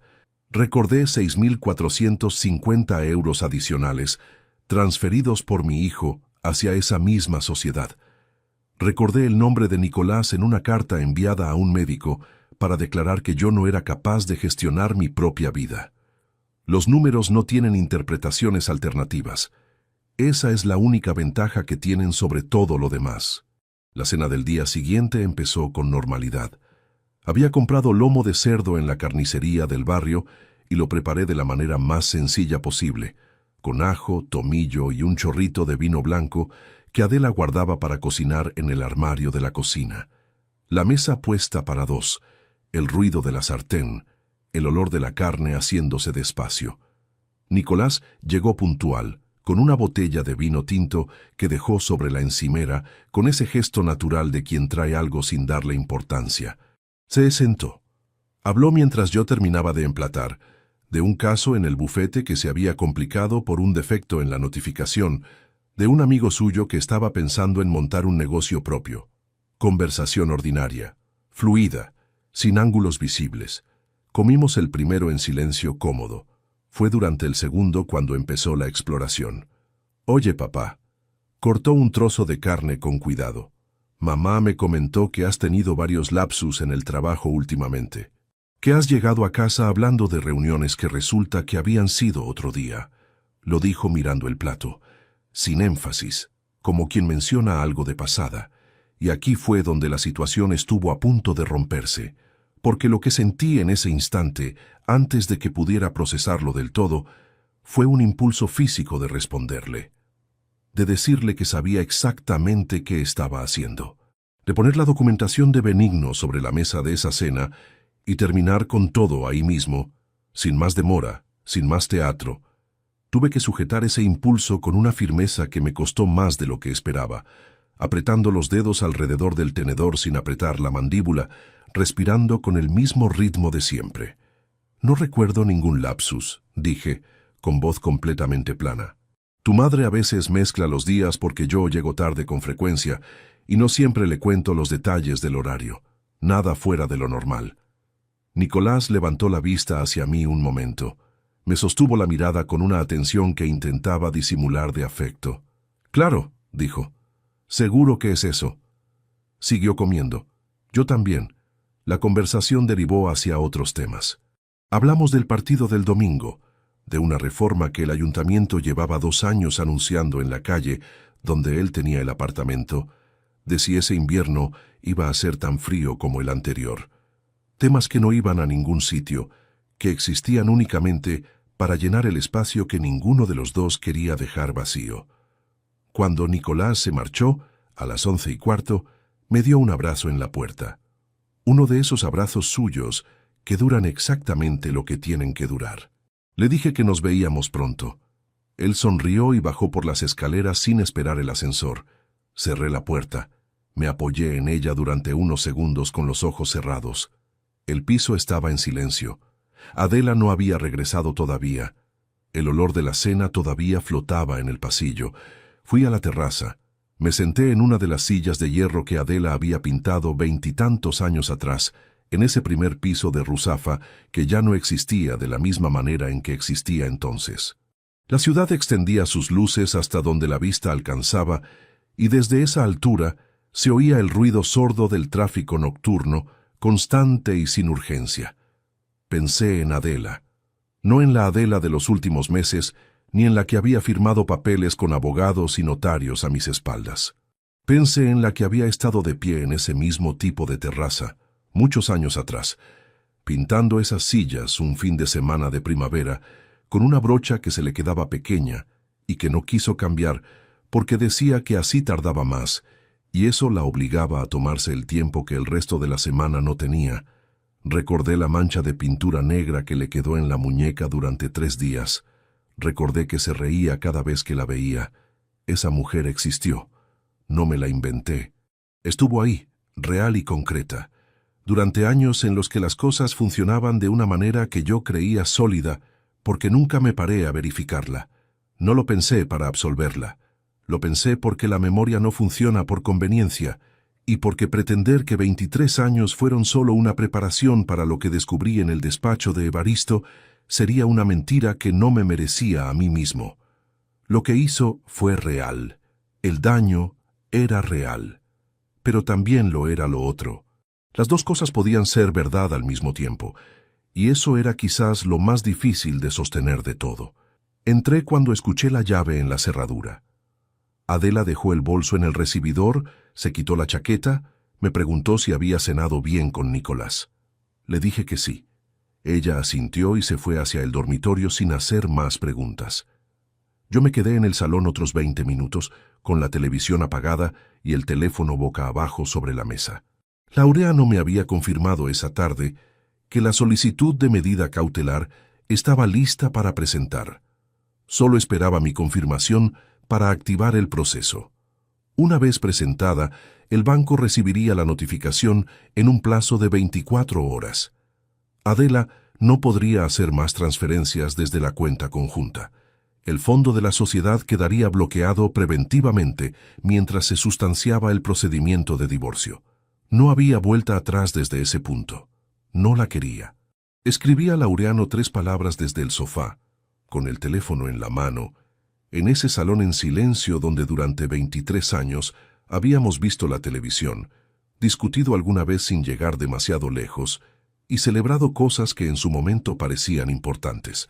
Adelante, mañana, todo. Lo envié. Guardé el teléfono. Lo que no sabía todavía era que Adela había adelantado la cita con la neuróloga. Benigno me lo confirmó a la mañana siguiente. En lugar de 7 días, la nueva fecha era en 48 horas. Alguien había acelerado el calendario. Y ese alguien, según el registro de la llamada que Benigno había podido rastrear, Había marcado el número de la consulta de Consuelo Artal Viñas esa misma tarde, a las 11:22 de la noche, 17 minutos después de que yo enviara el mensaje a Laureano. Laureano tenía los documentos extendidos sobre la mesa de su despacho cuando llegué a las 8:40 de la mañana. Él ya estaba ahí, con la chaqueta puesta y el café intacto enfriándose junto al teclado, señalando con el bolígrafo cada sección mientras me explicaba el orden de ejecución. No era un hombre que perdiera tiempo con preámbulos cuando había algo urgente sobre la mesa. Lo de la cuenta va primero, dijo sin levantar la vista. Solicitud de medida cautelar por gestión desleal del patrimonio conyugal. El historial de transferencias que me diste, combinado con los registros de constitución de la sociedad, es suficiente para que el juez la autorice sin necesidad de audiencia previa. Eso bloquea los movimientos desde hoy mismo en cuanto reciban la notificación. ¿Cuánto tiempo tiene el banco para ejecutarla? 24 horas desde que el juzgado la tramita. En casos de medida cautelar urgente, el plazo se acorta. Mi contacto en el juzgado de guardia puede hacerlo entrar esta mañana. Dejó el bolígrafo sobre el escritorio. Pero necesito que entiendas algo. En cuanto esa notificación llegue al banco, Adela lo sabrá antes del mediodía. No hay manera de hacer esto en silencio. Lo sé. Me miró un segundo. Entonces seguimos. Pasó a la segunda hoja. El procedimiento de divorcio contencioso estaba ya redactado con la documentación de las transferencias como base de la demanda por daño patrimonial. Los extractos, los registros de la sociedad, las 3 reuniones de Nicolás en el bufete documentadas por Benigno, la carta original que Adela llevó al consultorio del doctor Evaristo, la segunda hoja con la firma del hijo, todo organizado en un orden cronológico que construía la secuencia completa sin dejar espacio para interpretaciones alternativas. Laureano me explicó también el tercer punto, el que más me había costado decidir durante los días anteriores: la denuncia por apropiación indebida. Era opcional, me dijo. Podía optar por el divorcio y la reclamación patrimonial civil sin añadir el proceso penal. Pero si quería que hubiera consecuencias formales por los 43.200 euros de la cuenta conjunta y por los movimientos documentados de Nicolás, la denuncia era el único camino que lo garantizaba. Dame hasta esta tarde para decidir eso, le dije. Asintió. No preguntó por qué necesitaba tiempo. Era la clase de abogado que entiende que ciertas decisiones necesitan ser tomadas sin nadie mirando. Salí a las 10:45 con una copia de cada documento en el maletín y el teléfono de Benigno marcado mientras bajaba las escaleras. La cita con la neuróloga, dije cuando descolgó. ¿Cuándo exactamente? Mañana a las 12:30, respondió. La solicitud la hizo anoche a través del formulario online de la consulta. Aparece con los datos de Adela como solicitante y los tuyos como evaluado. Nombre, número de identificación, todo. ¿Saben que el procedimiento cautelar ya está en marcha? Imposible. La presentación formal es esta mañana. No hay ninguna filtración posible desde el juzgado en ese plazo. Pausa breve. Lo que sí es probable es que alguien les haya dicho que el tiempo se acababa. No saben por qué, pero han acelerado por precaución. Eso era lo que me había estado dando vueltas desde la noche anterior, desde que Benigno me confirmó el horario de esa llamada. 17 minutos después de que yo enviara el mensaje a Laureano. Demasiado cerca para ser coincidencia. Demasiado impreciso para ser certeza. Nadie había tenido acceso a mis comunicaciones. Pero alguien en ese entorno había notado algo que yo no había controlado del todo. Algún cambio de actitud, alguna pregunta que hice de más, algún detalle que había activado la alarma suficiente para adelantar un paso que ya tenían preparado. Era lo único que no había podido identificar con precisión en todo este proceso. ¿En qué momento habían dejado de confiar en que yo seguía sin saber nada? Esa pregunta todavía no tenía respuesta cuando, a las 12:05, recibí un mensaje de Nicolás. Estoy por tu zona. ¿Comemos juntos? Invito yo. 3 horas antes de que Laureano presentara los documentos en el juzgado. 1 hora después de la llamada de Benigno confirmando el adelanto de la cita médica. Le respondí que sí. Le dije que me viniese a la agencia y que bajaba en 10 minutos. Comimos en un bar de menú a 2 calles, el tipo de sitio sin pretensiones donde van los funcionarios del barrio entre semana. Formica en las mesas, televisión encendida en la esquina sin volumen, un menú que cambia cada día y que nadie elige con demasiada deliberación. Nicolás llegó con esa facilidad suya para aparecer en cualquier sitio, como si llevara ahí toda la vida. Pidió el menú sin mirar la pizarra y empezó a hablar de un asunto del bufete mientras esperábamos. Lo escuché. Respondí cuando tocaba. Todo completamente normal. Fue en el segundo plato cuando giró. «Oye», dijo, con esa naturalidad que ya reconocía como el modo en que él iniciaba las cosas que más le importaban disimular, «¿sigues teniendo el local de Benimaclet a tu nombre?» «El que compraste en los 90, el local. 220 metros cuadrados en una calle comercial de Benimaclet, adquirido en 1996, arrendado desde el año 2002 a un negocio de óptica que había renovado el contrato 3 veces sin incidencias. Un activo que no formaba parte de la cuenta conjunta, porque lo compré antes del matrimonio y nunca lo transferí. Una propiedad que Adela conocía, pero sobre la que legalmente no tenía ningún derecho en el proceso de divorcio. A no ser que alguien pudiera argumentar que la gestión de ese bien había formado parte del patrimonio familiar durante el matrimonio. A no ser que hubiera documentación que vinculara sus rendimientos a gastos domésticos comunes. A no ser que un abogado especializado construyera ese argumento con suficiente solidez para incluirlo en un procedimiento de incapacitación que transfiriera su gestión a un tutor legal. Nicolás me había preguntado por ese local. Sostuve la mirada. No moví nada.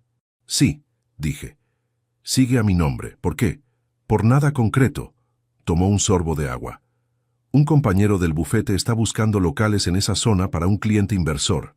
Me preguntó si conocía alguno disponible, y me acordé de que tú tenías ese. ¿Está arrendado todavía?» «Hasta el año que viene. El arrendatario renovó en primavera». «Ah, entonces no hay nada que hacer por ahora», asintió despacio. «Aunque si algún día piensas en venderlo, avísame. En esa zona están pagando bien». Cortó un trozo de carne. Siguió comiendo.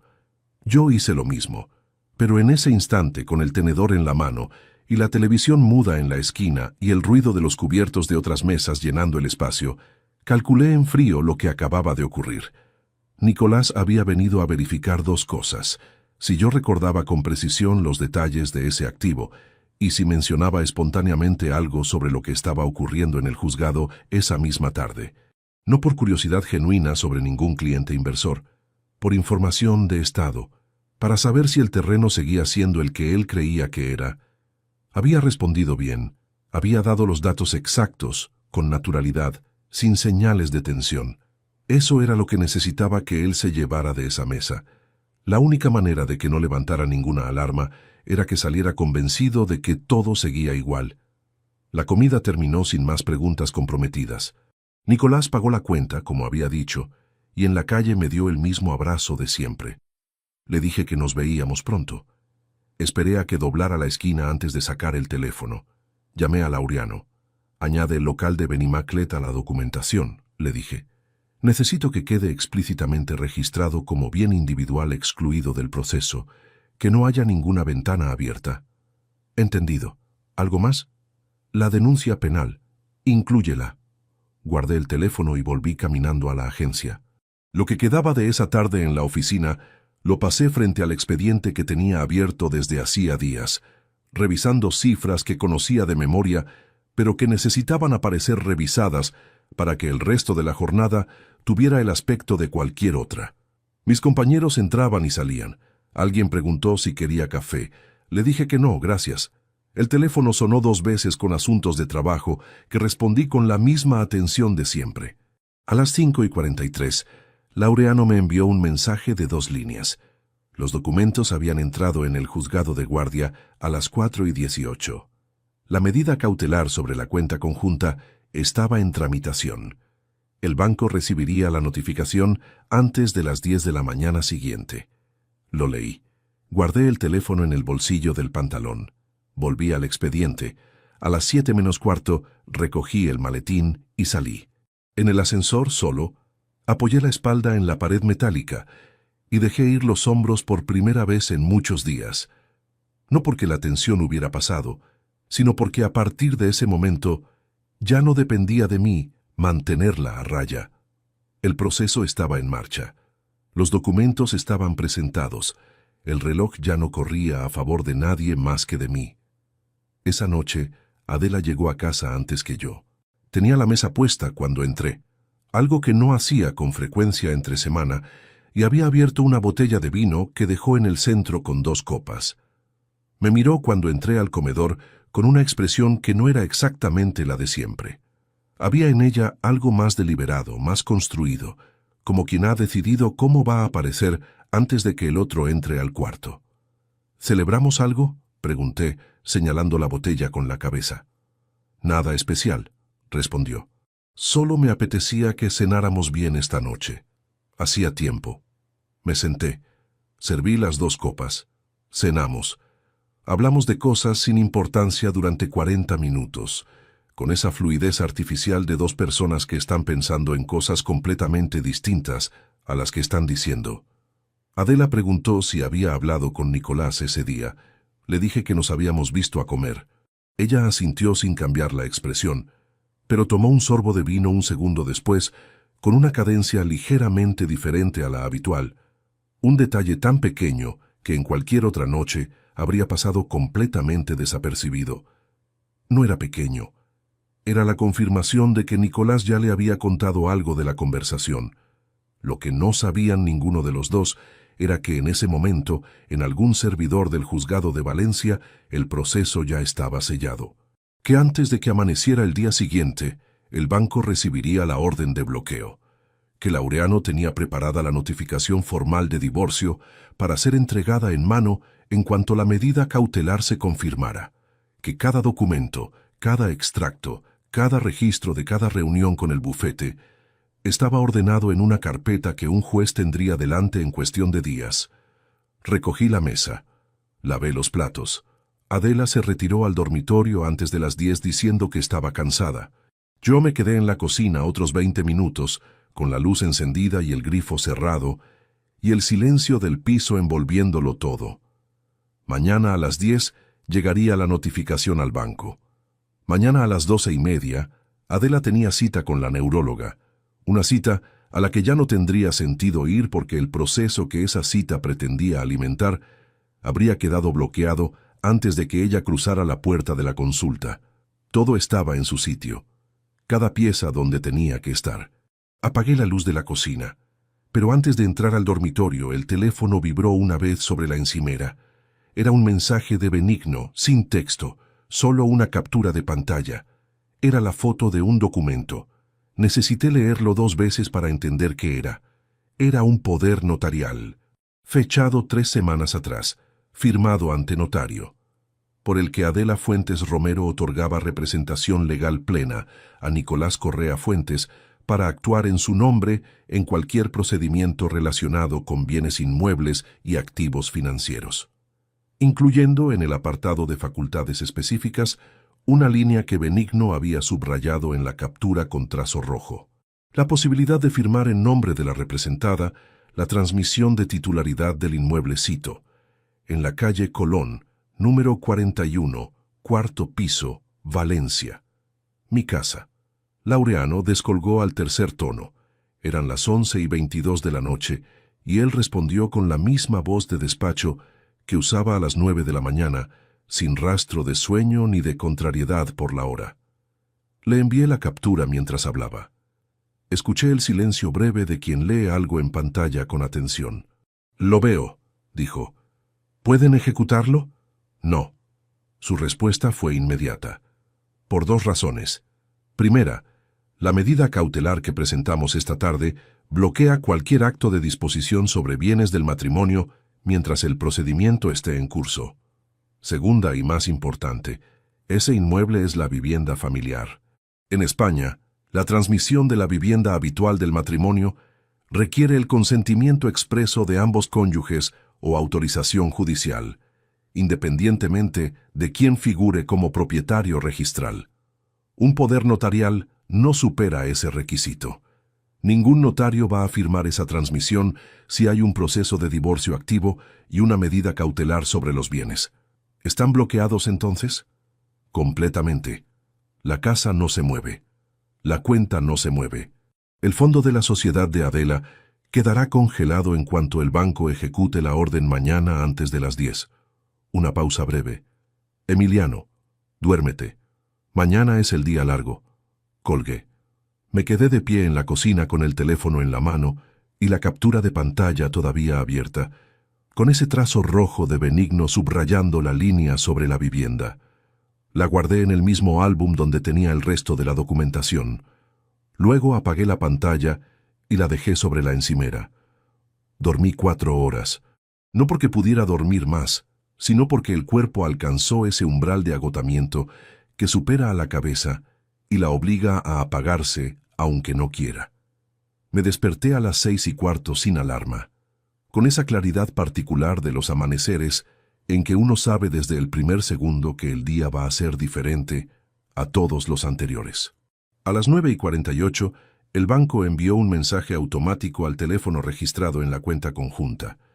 Operaciones temporalmente restringidas por orden judicial. Procedimiento número tal. Juzgado de primera instancia número tal. Valencia. Ese mensaje llegó al teléfono de Adela también. Éramos los dos titulares. Estaba en la agencia cuando entró la notificación. No lo vi en directo. Lo supe porque 20 minutos después, Adela me llamó. Dejé que sonara. Luego le escribí un mensaje de 4 palabras. Llego a casa a mediodía. No respondió. Llegué a las 12:15. Adela estaba sentada a la mesa de la cocina cuando entré, con el teléfono boca abajo delante de ella y las manos juntas sobre la superficie. No había ninguna taza, ningún vaso, ningún objeto que no fuera el teléfono, y sus manos y el silencio del piso a esas horas en que la calle de abajo tenía el ruido amortiguado por el calor del mediodía. Me senté frente a ella. Abrí el maletín. Saqué la carpeta que Laureano había organizado y la puse sobre la mesa entre los dos sin abrirla todavía. Adela la miró. Luego me miró a mí. Mantuvo la mirada con esa compostura que siempre había sido su rasgo más consistente, esa capacidad para no moverse antes de que hubiera algo concreto ante lo que reaccionar. Abrí la carpeta. La primera hoja era el historial completo de transferencias de la cuenta conjunta hacia la Sociedad Gestión Integral Romero S.L. 14 meses. 43.200 euros. Cada movimiento con fecha, importe y número de cuenta de destino. La segunda hoja era el certificado de constitución de esa sociedad, con su nombre como administradora única, fechado 2 meses antes de la primera transferencia. La tercera hoja era la carta que había llevado al consultorio del doctor Evaristo, el original que el médico me había entregado. La cuarta era el correo electrónico con la firma de Nicolás. Las puse una detrás de otra despacio sin decir nada. Adela las miró todas. No tocó ninguna. Su expresión no cambió de una manera que yo pudiera describir con precisión. No fue sorpresa, no fue miedo, no fue rabia. Era algo más parecido al reconocimiento de quien ve llegar algo que en el fondo siempre supo que iba a llegar, aunque hubiera apostado a que no llegaría así. El procedimiento de divorcio está presentado desde ayer, dije. La demanda incluye reclamación por daño patrimonial. El fondo de la sociedad está bloqueado preventivamente. Adela bajó la vista hacia la mesa, no hacia los papeles, hacia la madera entre los dos, ese espacio sin nada donde había estado mirando durante todos los años en que yo no supe leer lo que significaba ese silencio. ¿Cuánto tiempo llevas sabiendo?, preguntó. Su voz era la de siempre, sin fisuras, el suficiente para tenerlo todo documentado. No dijo nada más durante casi 1 minuto. Luego recogió los papeles del centro de la mesa, los alineó con cuidado y los volvió a dejar donde estaban. Era un gesto completamente inútil en ese contexto. Lo hizo de todas formas, como por inercia, como cuando las manos necesitan hacer algo mientras la cabeza no encuentra qué decir. «¿Qué quieres que haga?», preguntó. «Nada que no haga ya tu abogado». Laureano se pondrá en contacto con el bufete esta tarde. A partir de ahí, el proceso sigue su curso. Me levanté. Recogí la carpeta. La guardé en el maletín con el mismo orden con que la había sacado. Antes de salir de la cocina, me giré una vez. Adela seguía sentada en la misma posición, con las manos sobre la mesa y la vista fija en el mismo punto de madera vacía. Había algo en esa imagen que no era lo que yo había imaginado durante semanas cuando pensaba en este momento. Era más pequeña que en mis cálculos, más quieta, como si toda la estructura que había construido con tanta meticulosidad se hubiera desinflado en el instante en que alguien la nombró en voz alta. Salí sin decir nada más. Lo de Nicolás fue esa misma tarde. No lo llamé. No le pedí que viniera. Fui yo a su apartamento, el de la calle donde el ayuntamiento llevaba 2 años prometiendo una reforma, con el sobre en la mano y sin maletín. Llamé al telefonillo a las 6 menos cuarto. —¿Papá? Su voz tenía un fondo de cautela que intentaba disimular de normalidad. —Sube a abrir —dije. El ascensor tardó. Cuando Nicolás abrió la puerta, estaba en vaqueros y camisa, con ese aspecto de quien está en casa sin expectativas de visita. Me miró. Miró el sobre. Volvió a mirarme. No entré. Le extendí el sobre desde el umbral. Lo cogió. Lo abrió ahí mismo, en el pasillo, como yo sabía que haría. Leyó la primera hoja. Cancelación inmediata de la transferencia mensual de 800 euros. Con efecto desde la fecha de esa notificación, sin período de transición. Leyó la segunda. El contrato de arrendamiento del apartamento que figuraba a mi nombre quedaba rescindido. 30 días para la entrega de llaves. Pasado ese plazo, proceso de desahucio por las vías correspondientes. Leyó la tercera hoja, la más corta. 3 líneas. Sin encabezado, sin nombre, sin ninguna de las fórmulas con que empiezan las cartas entre personas que se aprecian. Las 3 líneas decían: he presentado denuncia penal por tu participación en el desvío patrimonial documentado. Tu abogado recibirá la notificación del juzgado en los próximos días. No espero que lo entiendas ahora. Nicolás terminó de leer. Dobló las hojas con una lentitud que no era calma, sino el movimiento de quien necesita hacer algo con las manos, mientras intenta encontrar las palabras. Luego levantó la vista. «Papá». Su voz cambió. Perdió esa capa de superficie que había mantenido durante meses, esa construcción cuidadosa de hijo que pregunta por tu bienestar. Y debajo apareció algo más desnudo que yo no había escuchado en mucho tiempo. Yo solo quería protegerte. Lo miré durante un momento. De ti mismo, Nicolás, respondí. Nadie más me amenazaba. No grité. No levanté la voz un grado por encima del que habría usado para decirle que bajara la basura. Eso no fue control, fue simplemente que la rabia ya no estaba ahí de la manera en que uno imagina que estará cuando llega ese momento. Se había gastado en semanas de noches en el coche y madrugadas en la terraza y cenas de 40 minutos sosteniendo conversaciones que por dentro eran otra cosa completamente distinta. Lo que quedaba no era rabia, era distancia. Y la distancia, descubrí en ese umbral, es mucho más definitiva que cualquier grito. «Me diste todo», dijo Nicolás. La voz se había vuelto más baja, pero no más firme. Había en ella algo que podría haber sido el comienzo de una justificación, o quizás el borde de algo más parecido a vergüenza. «Nunca te lo pediste a cambio». Yo pensé, «No sigas», dije. Se detuvo. «Las llaves. 30 días». Cerré la puerta. Bajé por las escaleras porque el ascensor de ese edificio también era lento, y en ese momento no tenía ninguna gana de esperar encerrado en 1 metro cuadrado de metal.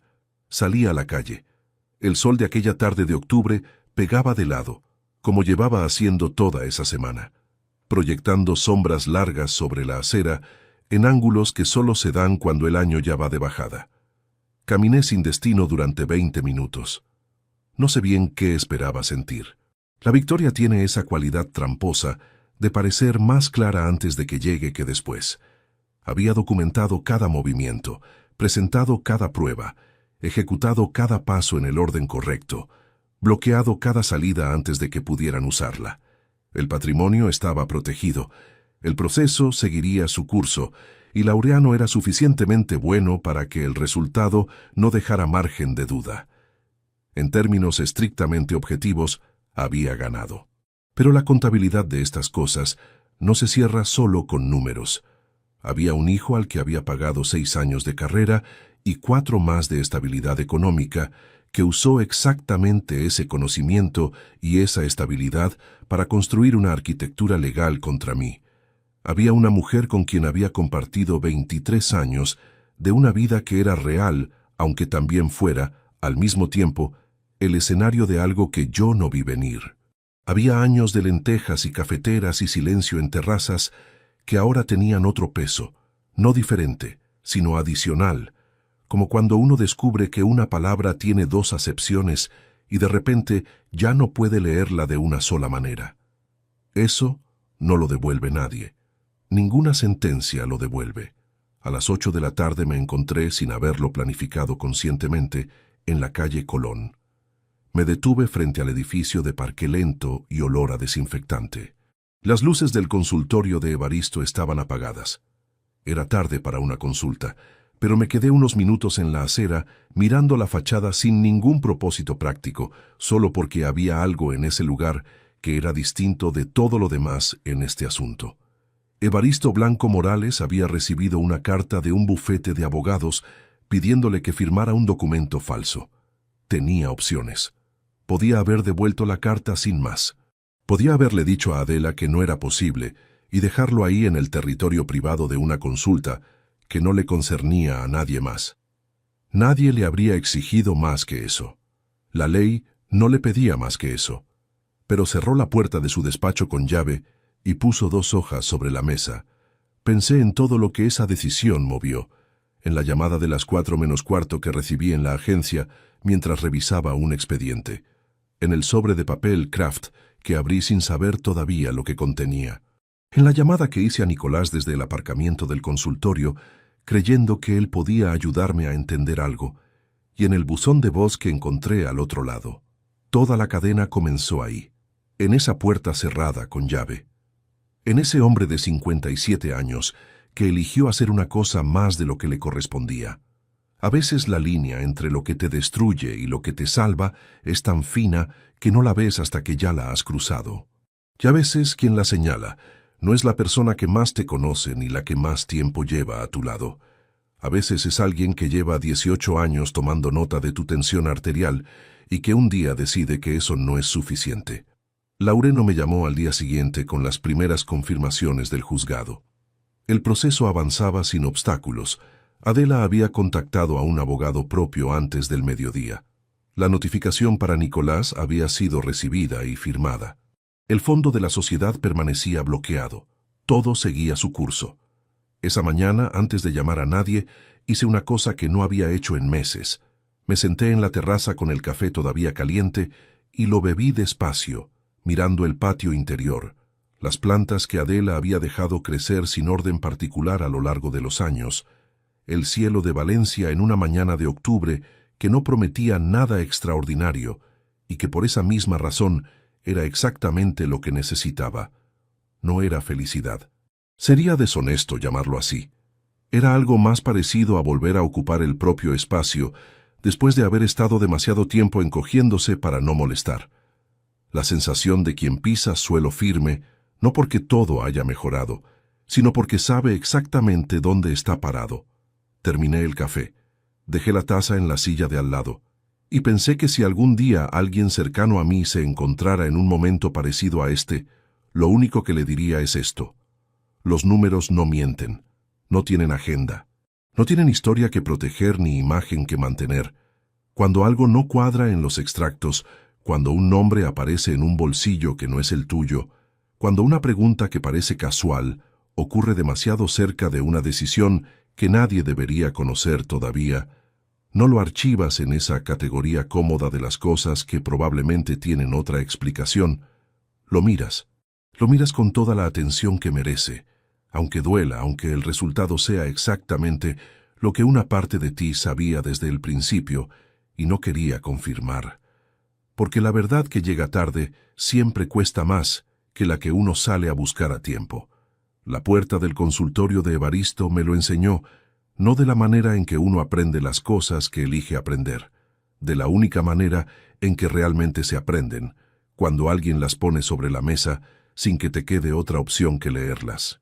Si te gustó esta historia, dale like al video, suscríbete al canal y comparte tus impresiones en los comentarios. Para escuchar la próxima historia, haz clic en la caja de la izquierda. Gracias por vernos.